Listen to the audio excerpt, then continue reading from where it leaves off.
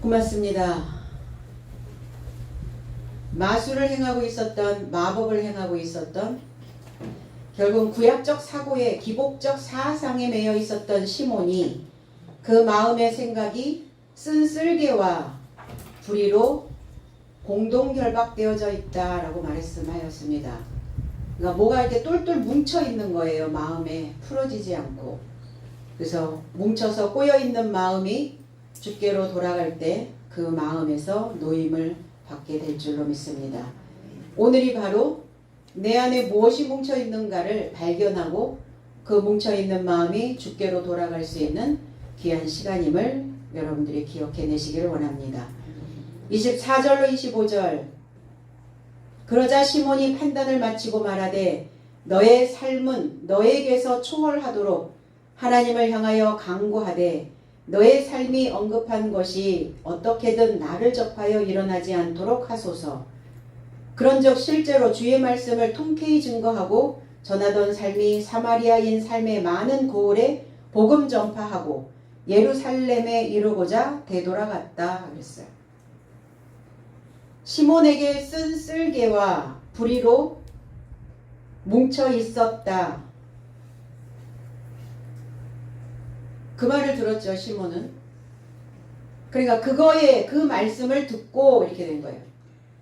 그 말씀을 듣고 시몬이 대답합니다.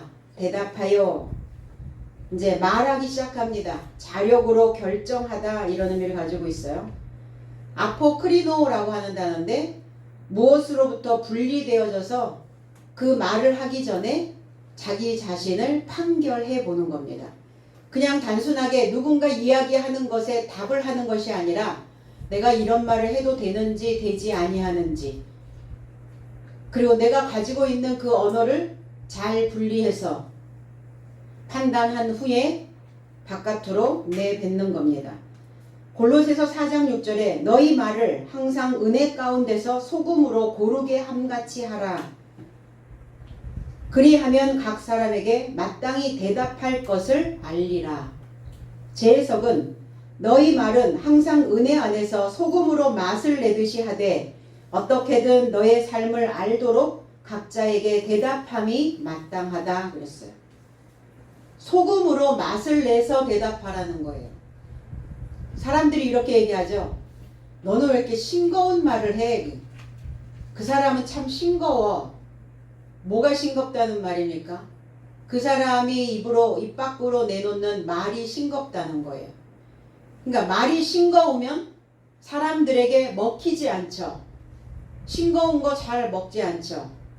그래서 해야 할 말, 또 하지 말아야 할 말을 분리해서 그 다음에 판단을 마치고 대답하라는 거예요. 싱거우면 어때요? 소금으로 간을 하지 못하면 미련하게 되어진다는 거예요. 미련하게 되면 간을 맞춰서 말을 할 수가 없습니다. 그러니까 단순하게 그냥 대답을 하는 것이 아니죠. 이 단어가 히브리어로 넘어가면 아나라고 하는 단어입니다. 대답하다, 말하다, 응답하다. 욥기서 9장 1절에 욥이 대답하여 이르되 그랬어요. 욥이 대답하기 시작합니다. 9장 3절에는 사람이 하나님께 변론하기를 좋아할지라도 1000마디에 한마디도 대답지 못하리라. 또 9장 16절에는 가령 내가 그를 부름으로 그가 내게 대답하셨을지라도 내 음성을 들으셨다고는 내가 믿지 아니하리라. 그럼 욥은 믿음이 있는가 없는가를 볼 때 9장 16절에는 그가 내가 했던 말을, 내 음성을 들으셨다고는 내가 믿지 않는다. 그러니까 내가 아무리 기도를 해도 내 소리는 하나님께서 들어주시지 않을 거야. 믿음이 없다는 겁니다. 확신이 없다는 거죠. 하나님께서 대답하셔도 듣지 않으실 거다라고 하는 그 믿음 없는 그 메시지는 허공을 맴돌 뿐이죠. 누군가에게 그 소리가 들어가지 않는 겁니다. 변론하기를 좋아한다. 사람이 하나님께 변론하기를, 논쟁하기를 좋아한다. 뒤흔들기를 좋아한다는 거예요. 내 귀에 박히지 않으면 우리는 변론을 하게 되죠. 그리고 논쟁을 하기 시작합니다. 그리고 상대가 했던 말을 틀렸다라고 뒤흔들기도 합니다. 그러니까 하나님의 말씀이, 하나님의 대답이 내 귀에 들어오지 않으면 하나님의 메시지를 흔들게 되어 있어요. 1000마디 말을 해도 일천이라고 하는 단어입니다. 엘레프라고 하는 단어죠.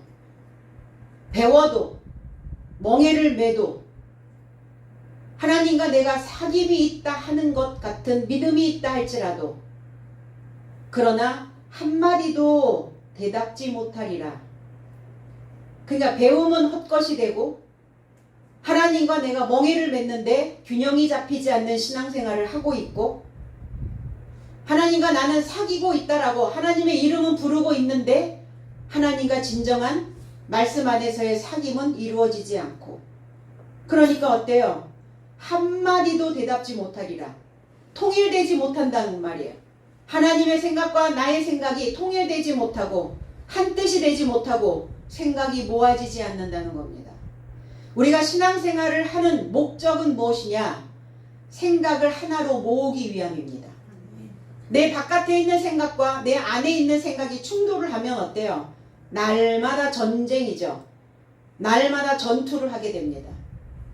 내보내는 메시지와 내 속에 있는 생각이 부딪히면 또 전쟁이 일어납니다. 속이 들끓기 시작하죠. 그러니까 우리가 하나님의 가르침을 가지고 하나가 되어지기 위해서 우리가 신앙생활을 하는 목적을 가지고 있는데 말씀 따로 나의 생각 따로 이렇게 된다면 한마디도 연합된 생각이 하나된 생각이 통일된 생각 그것이 밖으로 나오지 못할 것이다. 그럼 믿으나 마나인 거예요. 하나님을 믿으나 마나 아무 의미 없이 신앙생활을 하고 있다라는 겁니다. 누가 그리했다는 건가? 욥이 그랬다는 거예요. 욥의 고난. 그래서 욥이라고 하는 이라고 하는 단어는 어디라는 뜻이에요. 어디. 의문사거든요. 이요부라는 단어인데 아버지가 어디 계신가? 그리고 이 이요부라고 하는 이 의미에 미움받다, 적이 되다, 대적자. 그럼 무엇을 향하여 대적했겠어요? 하나님의 가르침이 있었어도 하나님의 생각과 통일되지 않았던 그것 자체가 말씀과 하나 되지 못한 하나님과 하나 되지 못하여 있는 그 믿음이 하나님께 미움받는 것이고 하나님을 적으로 만들어 놓는 것이고 그리고 항상 아버지가 어디 계신가? 나의 아버지가 어디 계신가? 항상 신앙 안에서 의문을 갖고 신앙생활을 한다는 거예요. 16절에는 가령 내가 그를 부름으로 가령 오 저런 이런 뜻이에요. 이것도 의문사입니다. 의문사. 가령 보라 이런 뜻이죠.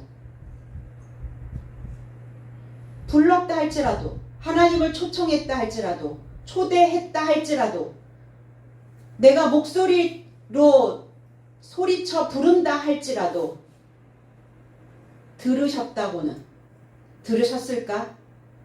하나님께서 귀를 쫑긋 세우고 내 소리를 듣고 계실까? 귀를 펼치셨을까? 나는 믿지 않는다. 아멘된 인생이 아니라는 거예요. 믿지 않아. 진실이 없다는 겁니다. 진리를 찾을 수 없고 참이 아니라는 거예요. 겉으로만, 겉보기에만, 속은 아니라는 거예요. 욥은 겉으로는 의인이었어요. 바깥에 보이는 신앙생활의 모양은 그럴듯했어요. 폼새는. 그런데 속은 믿지 않았다고요. 중심엔 하나님이 안 계셨다고요. 그러니까 어때요? 아멘 되어지지 못하니까 양육되지 않는 겁니다. 키가 크지 않는 거예요. 늘 항상 그 키에 머물러 있는 거예요. 성장이 되지 않고 양육이 되지 않고 있는데 훈련이 됐을 리가 없죠. 중심에 훈련이 안 되어 있는 거예요. 그러니까 참이 아닌 불의한 것, 거짓된 것을 아무도 모르겠죠. 내 속은 나만 알고 있나요?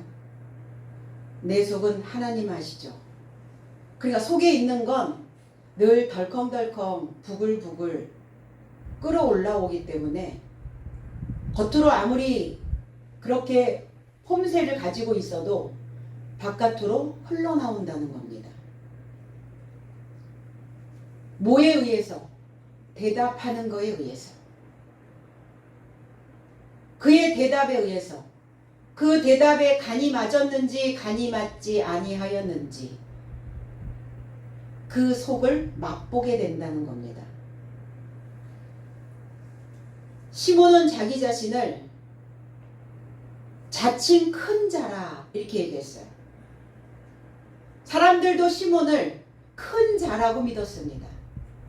큰 자가 누굽니까? 하늘에 소속되어져 있는 자를 큰 자라고 말합니다. 하나님과 하나 되어졌다라고 생각하는 자를 큰 자라고 말합니다. 근데 자칭이었어요. 스스로. 그런데 하나님에 대한 믿음이 없었죠. 뭐는 했는데 이적과 기적과 표적은 행했는데 뭔가 바깥으로 보여지는 뭔가는 좀 그럴듯했겠죠. 보암직했겠죠. 그런데 그가 행했던 이적과 기적과 표적은 하나님의 역사가 아니었다는 것입니다. 귀신을 쫓아내고 병을 고쳐주고 바깥으로의 무엇인가 물질을 풍요롭게 받고 그런데 그건 귀신의 역사요 사탄의 역사였다는 거예요. 사탄도 그런 역사를 행하죠.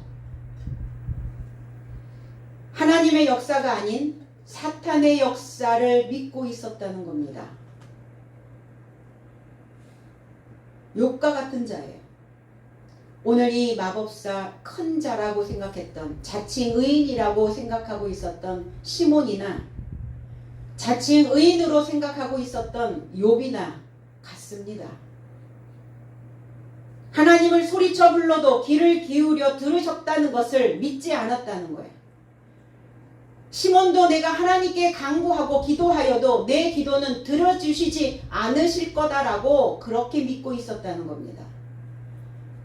하나님을 믿는데 교회는 다니는데 하나님이 없습니다. 뭘 믿었을까? 내 안에서 메아리 치고 있는 내 안에서 들려오고 있는 공허한 외침이었다는 거예요. 공허한 소리. 우리 안에서는 항상 두 색깔의 소리가 올라오죠. 그래도 나에게 이런 날들을, 나에게 이런 삶을, 그리고 내가 무엇인가를 해결할 수 있는 이런 능력을 주신 게 그게 어디야? 라고 들리는 소리가 있고, 나는 왜 이렇게 늘 쪼그라들고, 나는 왜 이렇게 가진 것도 없고, 나는 왜 이렇게 되는 일이 없는가? 라고 들리는 그 색깔의 소리도 있습니다. 나는 어떤 소리에 대답할 것인가? 나는 어떤 소리에 항상 반응하고 있는가? 어떤 소리에 대답하느냐에 따라서 내 안에 있는 대답은 간이 맞춰질 수도 있고 간이 맞지 않는 미련한 대답일 수도 있다는 겁니다. 그러니까 양육되어지지 않고 올곧게 세워지지 않는 겁니다. 훈련되지 않는 그 믿음은 헛것이었어요. 우리는 지금부터 뭘 해야 하는가? 나의 고막에 하나님의 진리로 아멘으로 수놓아야 될 줄로 믿습니다. 시몬은 나를 위하여 이렇게 얘기해요. 나에게서 나를 위하여가 아니라 나에게서 초월하여 이렇게 했어요. 내 수준에 머물러 있지 말고 내 생각을 뛰어넘어서 나의 수준을 초월해서 이거를 지금 두 사도에게 지금 부탁하고 있는 거거든요. 나에게서 초월하도록.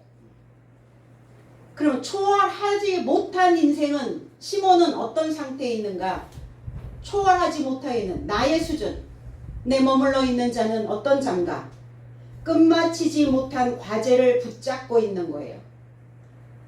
끝마치지 못한 과제를 붙잡고 있는 나의 수준이 아니라 그 수준을 뛰어넘어서라. 나는 뛰어넘지 못하고 끝마치지 못한 과제를 여전히 붙잡고 있지만 이제 뛰어넘어서 나를 위하여 기도하라고. 나를 위하여 간구해달라고. 지도자가 기도할 때 그 사람의 수준에 맞는 기도를 하지 않습니다. 하나님의 수준에 맞춰서 그 인생이 양육되어질 수 있도록 하나님께 간구하는 거예요. 하나님 눈높이 교육이요. 그 사람의 수준에 맞춰서. 그럼 언제까지? 그게 잘하지 않는다는 거예요. 하나님께 어떻게 간구하느냐에 따라 그 인생의 모양새가 달라질 수 있다는 거예요. 우리가 그리스도 예수를 어떻게 믿어야 하는지 우리 모두에게는 과제가 주어졌습니다. 어떻게 믿어야 할까? 그래서 어떤 이는 주어진 과제를 하기 위해서 성경에 관련된 모든 요소에 자신을 노출시키고 그 에너지를 씁니다. 그런데 또 다른 이는 눈을 감고 더듬거리며 인지적 그 생각의 불균형 상태로 머물러 있게 된다는 겁니다. 말씀은 비유고 말씀은 비밀입니다. 그러니까 이 기록된 하나님이신 말씀을 찾으려고 샅샅이 흩어야 그래야 해결되지 않은 끝마치지 못한 이 과제를 수행할 수가 있게 됩니다. 그리스도를 그럼 어떻게 믿는가? 성경에 관련된 모든 요소를 샅샅이 흩어서 그 말씀을 알아보고 믿어야 된다는 것입니다. 그러니까 인지적 불균형 상태가 되어져 있으니까 어떻죠? 하나님을 찾기 위해 학습하려고 하지 않아요. 누구처럼? 시몬 마술사처럼. 누구처럼? 욥처럼. 샅샅이 흩어서 하나님이 우리에게 주시는, 하나님이 우리에게 대답하셨던 그 메시지가 무엇인지를 찾고 학습하는 이 과정이 이만큼 고난이라는 거예요. 그래서 인내해야 됩니다. 첫 욥은 힘들고 버거웠어요. 그것을 알아가는 과정 속에서 그게 고난이었고 힘들었어요. 내가 가지고 있는 것을 다 버려야, 내가 알고 있는 나만의 어떤 쌓아놓았던 그런 것들이 다 소모되어져야, 그래야 비로소 하나님의 것이 기록되어질 수 있거든요. 욥의 고통과 고난은 내가 그동안 쌓아놨던 것들을 다 버리는 훈련이었습니다. 전 재산 다 잃어버리고 자녀도 식구도 다. 그게 뭡니까? 욥의 사상 속에서 나와 있는 것들이죠. 욥의 생각 속에서 나온 것들이, 그가 모아놓았던 것들, 축적해 놓았던 것들이. 그게 다 소멸되고 난 후에야 비로소 욥은 알게 되었죠. 첫 욥이냐 아니면 마지막 욥이냐. 그 마지막 욥으로 가는 이 여정의 신앙생활이 이만큼 힘이 든다는 겁니다. 예수 그리스도께서 새로운 상황을 만들어 놓으셨죠. 그동안 들었던 대로 믿었던 대로가 아니었어요. 성경을 밝히 가르쳐 주셨거든요. 조명해 주셨어요. 비춰 주셨습니다. 뭐 하려고? 그 인생들을 강화시키시려고. 그런데 이미 자신의 형태로 굳혀져 있는 자들은 어두운 것에 다가가는 그 원리를 계속 학습하고 있었어요. 무지한 상태로. 그러니까 시몬 목자는 자신이 하나님을 향하여 간구할 수 없었다는 거예요. 아니 큰 자라면서 자기가 하나님께 기도하지, 자기가 하나님께 간청하면 되는데 왜 이 두 사도에게 나를 위하여 나의 상태를 초월하여 간구해달라고 왜 이런 부탁을 하냐는 거예요. 그가 했던 간구는, 그가 했던 간청은 무엇이었길래 그냥 내가 가지고 있는 것 유지하고 갈 수 있도록 그것만 간청했겠죠. 하나님께. 더 이상의 새로운 것은 필요 없습니다. 새로운 상황 만들지 마십시오. 가던 길 그대로 가길 원합니다. 새로운 길 원하지 않습니다. 새로운 색깔 반갑지 않습니다. 늘 똑같은 그 사이즈로, 똑같은 색깔로, 똑같은 디자인으로 그렇게 살기를 간청했겠죠.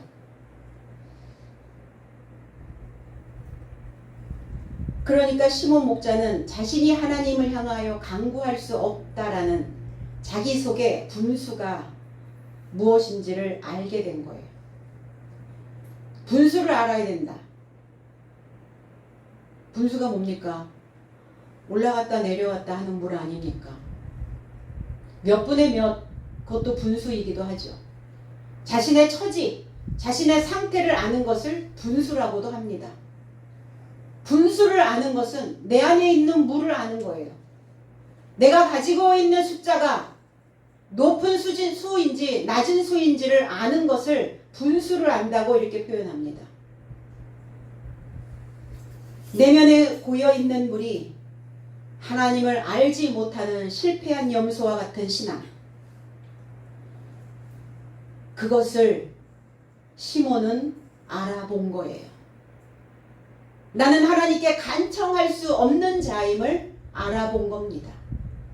내가 아무리 하나님께 간청을 해도 내 기도에 귀 기울이지 않는다는 것을 알아차린 겁니다.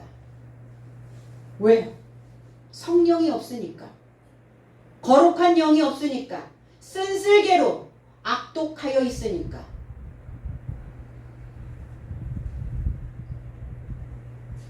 이해 없이. 역사는 사실입니다.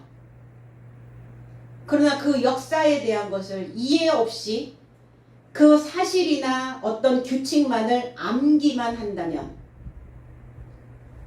신앙은 융통성이 없어지고 제한된 상황에만 적용한다는 거예요. 나를 늘 제한시킨다는 거예요. 무엇이 두려워서 나를 늘 그렇게 그 틀 안에서 제한된 신앙, 제한된 종교를 선호하는가?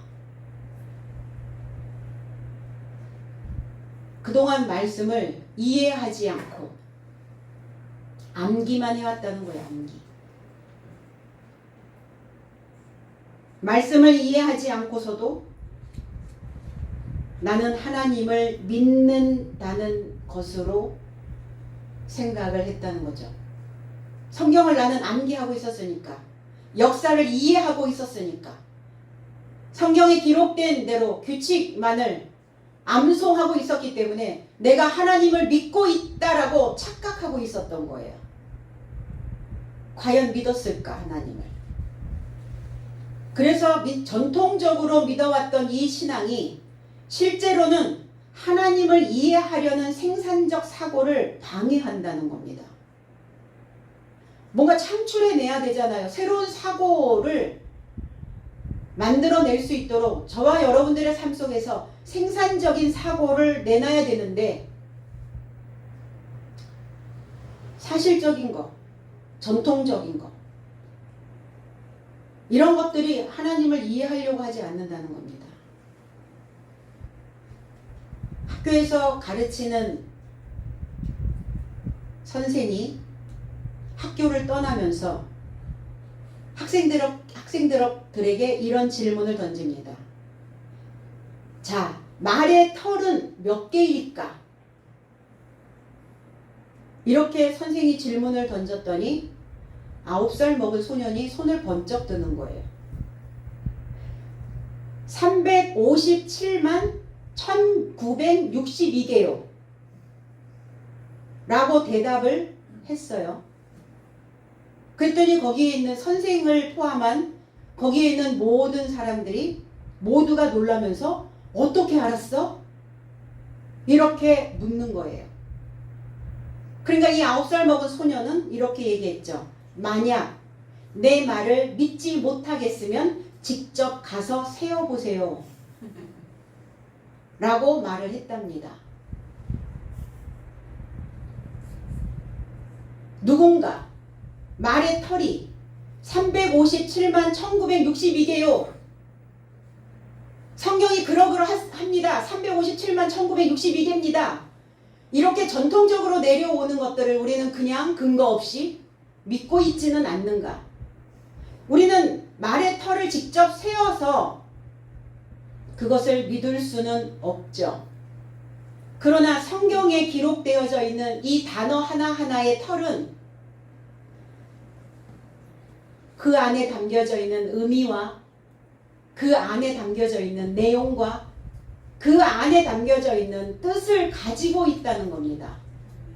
그러면 성경에서 삐죽삐죽 올라와 있는 이 털은 그 점 하나는 그 획 하나는 그 터럭 하나는 다 세어볼 수 있다는 겁니다. 너의 머리털까지 세신 바 되신다고 말씀하셨잖아요. 우리는 여전히 내가 한 번도 세어보지 않은, 확인해보지 않은 그 말의 털의 숫자를 믿고 있지는 않은가? 되돌아봐야 되겠죠. 장로의 전통으로 계승되어 내려오는 것만을 암기하며 믿는 건 아닌지.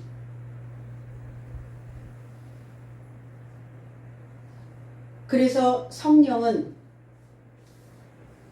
시몬에게 얘기했죠. 베드로와 사도 요한은 성령은 너에게 나눔도 상속도 없다. 그러니까 그 말이 나와 연결되지 않게 해달라고 제발. 나는 분배받아야 되고 나는 기업을 이을 자가 되기를 원하는데 그 말이 나와 연결되지 않도록 내게 임하지 않도록 간청해달라고 이렇게 부탁을 하고 있네요. 잘 믿은 걸까? 아니면 헛믿은 건가? 사도들이 길을 가는 이 사도행전에 왜 마술사 시몬을 등장시켰을까? 우리의 믿음을 점검받아 보라는 겁니다.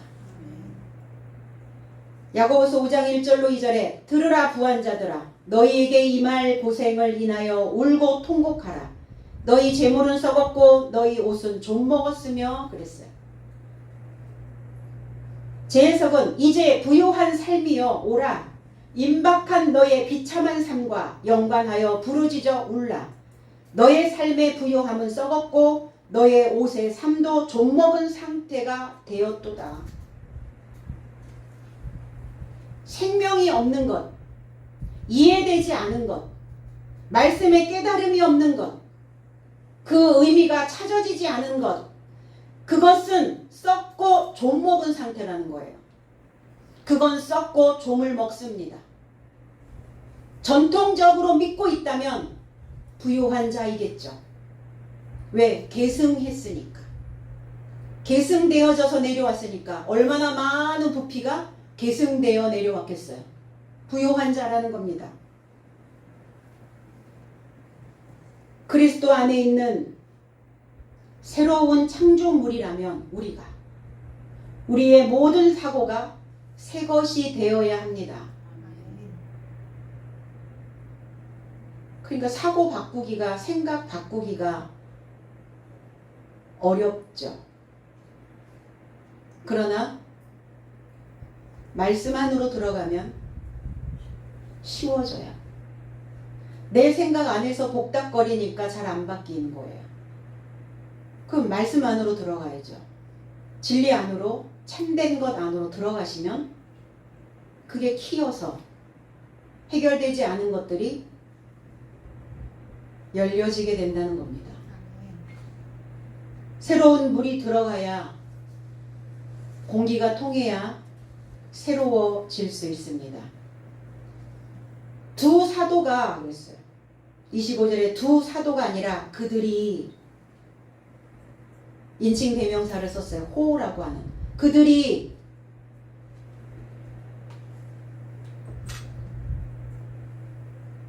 주의 말씀을 증거하여 그랬어요. 주의 말씀, 주님의 말씀. 내가 주인이 되어 있어야 주님의 말씀을 증거할 수 있어요. 내가 종으로 있으면 주님의 말씀을 증거할 수가 없습니다. 내가 종인데 주인의 말씀을 나에게 맡기시겠어요? 안 맡기시겠죠. 그러니까 뭐만 해요? 글자만 읽어요. 가르친다면서 글자만 읽어요. 설교한다면서 글자만 읽어요. 그건 주님의 메시지가 아니라는 거예요.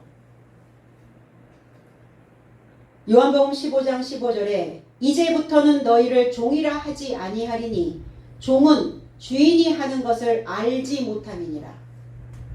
종으로 있는 자는 말씀 66권 하나님의 메시지를, 주님의 하셨던 말씀을 알지 못함이라. 너희를 친구라 하였노니 내가 아버지께 들은 것을 다 너희에게 알게 하였음이라. 제 해석은 더 이상 너의 삶을 종이라 말하지 않는다. 종은 그의 주인이 무엇을 행하는지 알아보지 못한 것이기 때문이다. 그러나 나는 내 아버지께 들은 모든 삶을 너의 삶에게 알게 하였기 때문에 나는 너의 삶을 친구라 말한다. 그리스도 예수께서 오셔서 주님이신 그리스도가 성경에 기록되어져 있는 진리의 지식으로 가르치셨어요. 그게 하나님께, 아버지께 들은 것이다. 아버지가 알려주신 것이다. 그래서 진리의 지식으로 같아진다면, 하나님의 말씀을 알고 믿고 있다면 너와 나는 친구가 된다. 같아진다는 거예요. 수평이라는 겁니다. 이 같아진 것을, 수평이 된 것을 평화라고 말합니다. 평탄한 삶이라고 말합니다. 그렇게 되었을 때 말씀의 의미와 말씀의 내용과 말씀의 뜻을 알고 믿었을 때 종이 아닌 주인으로, 내가 주인이 되어야 하나님을 영화롭게 하는 하나님의 품꾼이 된다는 것입니다. 증거했다고요. 그 말씀을 증거하여 디아 말티로마이라는 거예요. 디아라는 단어가 앞에 붙었어요. 그냥 증거 전파하는 것이 아니라 디아. 그들의 속을 뻥 뚫어서 그들의 속을 관통하여 증거하는데 속이 뻥 뚫리는 메시지를 주는 거예요. 말씀을 확 열어가지고 말씀을 확 열어 제껴서 그 속에 있는 것들을 그래서 말씀이 사이다 같이 말씀을 확 들으니까 속이 몰라서 답답했던 그런 내용들이 뻥 뚫리게 주는 것 이걸 증거라고 얘기했어요. 디아 말티로마이라는 단어. 확증하고 입증하고 증명하는 그래서 아주 그냥 통쾌하게 쏟아내고 있는 거예요. 메시지를. 두 사도가 그들이 사도행전 2장 40절에 또 여러 말로 확증하며 권하여 이르되 너희가 이 패역한 세대에서 구원을 받으라. 제 해석은 저가 다른 많은 말씀으로 밝히 증거하고 권면하여 말하되 너의 삶은 이 삐뚤어진 세대로부터 구원을 받으라. 삐뚤어지고 완고하고 굽은 세대로부터 구원은 어떻게 해야 무엇이 삐뚤어지고 무엇이 나로 하여금 완고하게 만들고 무엇이 나로 하여금 올곧게 만들지 못하고 굽어있게 만들었는가. 혈통의 문제라는 거예요. 혈통. 우리는 가문을 중요시 여기는 문화가 우리 민족에 있습니다. 어느 집 자손인지 어떤 혈통인지 그리고 내 대를 이어야 되는 대를 그 아들을 그 혈통을 굉장히 중요시 여겼습니다. 하나님도 그러셔요. 혈통 중요시 여깁니다. 아브라함과 다윗과 아브라함의 자손 그리스도 예수의 혈통 그래야 삐뚤어져 있단 말이에요. 왜 삐뚤어져 있을까요? 언나가 있다는 겁니다. 뭐하지 않았기 때문에 이해되고 깨닫지 못하면 삐뚤어져 있어요. 내가 내 상태를 알지 못하면 엇나가게 되어 있습니다. 그리고 늘 똑같은 것, 전통적으로 계승되어져 있는 암기하고 사실적인 것만을 암기하고 있는 그 신앙이 완고하게 되어져 있겠죠. 더 이상 새로운 거 필요 없다는 겁니다. 그리고 휘어져 있는 거예요. 아멘이 안 되니까, 진리가 없으니까, 참이 안 들어가니까 올곧게 뻗어 있지 못하는 거예요. 굽어 있는 겁니다. 그 세대로부터 그 혈통으로부터 그리스도 예수의 혈통으로 구원받아라. 그래서 입증되고 증명할 수 있고 깨우친 말씀으로 우리의 혈통을 새롭게 하는 것, 그것을 구원이라고 말합니다. 피가 바뀌는 거죠. 내 속에 끓고 있었던 첫 아담이 끓고 있는지 아니면 둘째 아담이 내 안에서 끓고 있는지. 그렇게 말한 후 증거하며 말한 후 발산하고 있는 거예요. 전파, 증명, 증거하고 말한 후 발산, 속에서 무엇이 확 올라오는 거죠. 이 발자는 물고기 뛸 발자예요. 그러니까 물고기가 어떻게 해요? 확 튀는 거죠. 물고기 이렇게 낚아채면 어때요? 확 뛰죠. 이게 발자예요. 내 속에서 뭐가 팍 올라오는 거예요. 요동치며 올라오는. 이 산자는 흩틀산. 뭔가 이렇게 내 안에서 막 요동쳐서 올라와서 확 흩어치는, 확 뿌려내는, 이게 발산이거든요. 지금 그렇게 하고 있다고요. 말씀을 발산하고 있다고요. 열변을 토하고 내 안에 있는 끓고 있는 그 자극적인 냄새를 많은 사람들에게 흩뿌리고 있는 그 상황을 이렇게 표현한 거예요. 그리고 그들의 속을 뚫어주고 있는 겁니다. 그리고 그들이 예루살렘으로 말한 후 예루살렘으로 돌아갈세 그랬어요. 예루살렘 보상, 회복, 보답, 그리고 물과 같이 흐르다, 평화라는 의미이기도 하죠. 평화가 왜 와야 되나? 회복되는 겁니다. 하나님 우리에게 무엇으로 보상하시는가? 평화로 보상하시는 거예요. 우리는 하나님께 무엇으로 보답하는가? 평화로 보답하는 겁니다.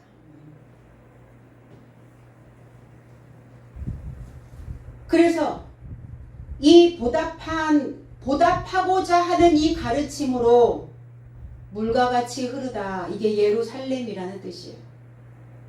회복된 그 가르침으로 물과 같이 흘러가는 것, 이걸 예루살렘. 그럼 배워서 가르침으로 또 우리는 보답하는 겁니다. 왜? 인생들은 여전히 전쟁 중이기 때문이에요. 우리가 배워서 가르침을 받았고 내가 보상을 받았다면, 내가 평화라면 그것을 많은 사람들에게 가르침으로 물같이 흘러가야 돼요. 이게 하나님께 드리는 또 보답이기도 합니다. 베드로와 사도 요한이 예루살렘이 된 겁니다. 저와 여러분들도 예루살렘이 되어야 합니다. 예루살렘으로 돌아갈세 그랬는데, 휘포 스트레포라는 단어예요. 휘포. 물이 흐르는 것처럼 흘러서 이렇게 아래로 휘감아서 뭔가를 바꿔가고 있는 상황. 휘포 스트레포. 그래서 아래로 바뀌다 이런 뜻이에요. 돌아갈세라는 거. 예루살렘으로 그냥 돌아간 2000년 전에는 예루살렘으로 돌아갔겠죠. 그러면 지금 저와 여러분들은 이 상황을 어떻게 받아들여야 하는가? 예루살렘의 물이 그 아래로 낮은 지역으로 겸손하게 흘러서 내 삶을 바꿔가고 있는 거예요. 저와 여러분들을 만나는 이 설교를 듣고 있는 많은 사람들이 예루살렘이 되어져서 이렇게 아래로 물은 아래로 흐르는 거죠. 아래로 흘러서 내 삶을 바꾸고 나를 만나는 사람들을 바꿔내는 겁니다. 이게 예루살렘으로 돌아갔다라는 표현을 이렇게 한 거죠. 그리고 사마리아인의 그 고을에 사마리아 사람들이 머물러 있는 그 여러 촌에 복음을 전하니라. 사마리아, 가시로 울타리를 치다, 보관하다, 보존하다, 지키다. 두 사도의 베드로와 사도 요한의 가르침을 받기 이전의 사마리아인들과 베드로와 사도 요한의 그 복음을 듣고 난 후에 사마리아인들의 상황이 달라집니다. 상태가 달라져요. 각인이 되어 있는 대로 믿었고, 그리고 그 신앙관을 보존하고 있었고, 그리고 그들의 낡은 사고로, 그리고 가시돋쳐 있는 그들의 사상으로 울타리 쳐놓았고, 그랬던 사마리아의 고을에 복음이 들어갔어요. 유앙겔리온 그러죠. 연결된 소식입니다. 기쁨의 소식이 들어간 거예요. 왜 고을에 라는 단어를 써서 고을? 마을은 터를 잡고 있는 곳을 우리는 마을이라고 말하죠. 그 고을은 들어가면 그 고을에 살고 있는 터를 잡고 있는 터줏대감들이 있어요. 그러니까 사마리아에 이제 새로운 터가 만들어졌다는 겁니다. 그 복음이 연결된 소식이 터를 잡고 길게 누웠어요. 터를 잡은 겁니다, 이제. 이 복음, 기쁜 소식, 무엇이 기쁜 소식일까, 우리에게? 내 안에서 들리는 기쁜 소식은 무엇일까? 우리의 새로운 삶을 약속해 주시는 겁니다. 히브리어로 넘어가면 이 단어가 빠사르라는 단어를 만들어내고, 신선하다, 기쁜 소식을 선포하다, 살이라는 뜻이죠. 그 소식은 어때요? 소식을 전하기도 하고 소식을 듣기도 하죠. 그러면 그 소식은 어떤 자취를, 흔적을, 여운을 남깁니다. 어떤 소식이 들어오면 그 소식으로 인하여 흔적이 남죠. 소리가 들려오면 내 안에 여운을 남기기도 합니다. 뭐가 내 안에서 모양새를 만들어낸다는 거예요, 이 소식은. 창세기 2장 23절에 아담이 가로되 이는 내 뼈 중에 뼈요 살 중에 살이라 이것을 남자에게서 취하였은즉 여자라 칭하니라 하니라 그랬어요. 내 뼈 중에 뼈다. 뼈는 단단히 묵다라는 의미를 가지고 있어요. 단단히 묵다. 그리고 점점 강성해지다. 강하게 되다. 이런 뜻이에요. 살 중에 살. 살은 이게 기쁜 소식을 전하다, 전파하다 이런 뜻이에요. 그러면 소식이 들어가서 내 안에 자리를 잡고 이 소식이, 연결된 소식이, 이 복음이 털을 잡고 길게 누우려면, 내 안에 흔적을, 자취를 남기려면 뼈가 붙잡아야 된다고요. 이 말씀을 붙잡아야 된다고요. 이 말씀을 단단히 묶어놔야 된다고요. 그게 뼈란 말이에요. 남자에게서 취하였다. 남자에게서 빼냈으므로 빼냈다고요. 여자라 칭하니라. 남자 안에서 나온 자가 여자입니다. 그래서 여자는 남자를 소망한다 이런 의미를 가지고 있다고요. 남자에게서 여자를 빼낸.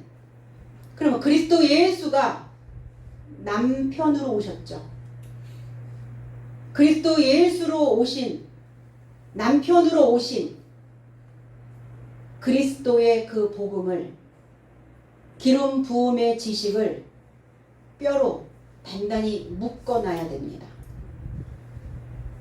좋은 소식을 전파하는 무엇이 돼야 되니까? 살 중에 살. 소식을 전파하는, 복음을 전파하는 신부로, 성도로 점점 강성해져야 된다고요. 그러려면 소식을 묶어놔야죠. 소식에 단단히 묶여야 되겠죠. 연결된 소식이 나를 휘감아야 되겠죠. 무엇이 내 삶을 휘감고 있는가? 무엇이 내 중심에 휘감아져 있는가? 속이 늘 복잡하고 속이 매일 상하고 내 속을 끓이고 그런 이유는 그리스도 예수의 복음으로 나를 휘감아 놓지 않고 있기 때문에 그래요. 그래서 벗기는 거예요, 속이. 왜 덜컹거려요? 단단히 묶어야 되는데 풀어졌단 말이에요. 그러니까 덜컹거리겠죠.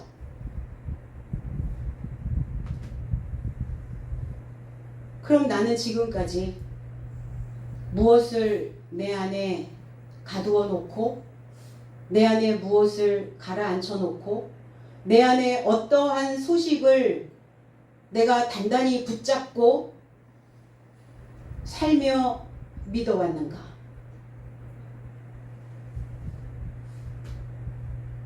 오늘 우리 모두는 다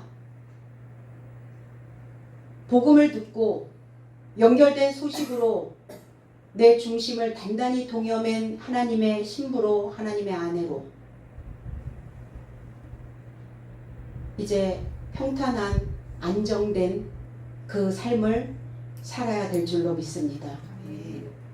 그러려면 이제 예루살렘으로, 그리고 새로운 시즌2에서 만나는 사마리아인의 2, 변화되어진, 바뀌어진 이 사상이 우리 안에 자리를 잡아서 이제 하나님께 받는 평화의 보상을 받아서 누리는 그 인생의 믿음이 되어지기를 나사렛 예수 그리스도 이름 안에서 축복드립니다. 아멘. 기도하겠습니다.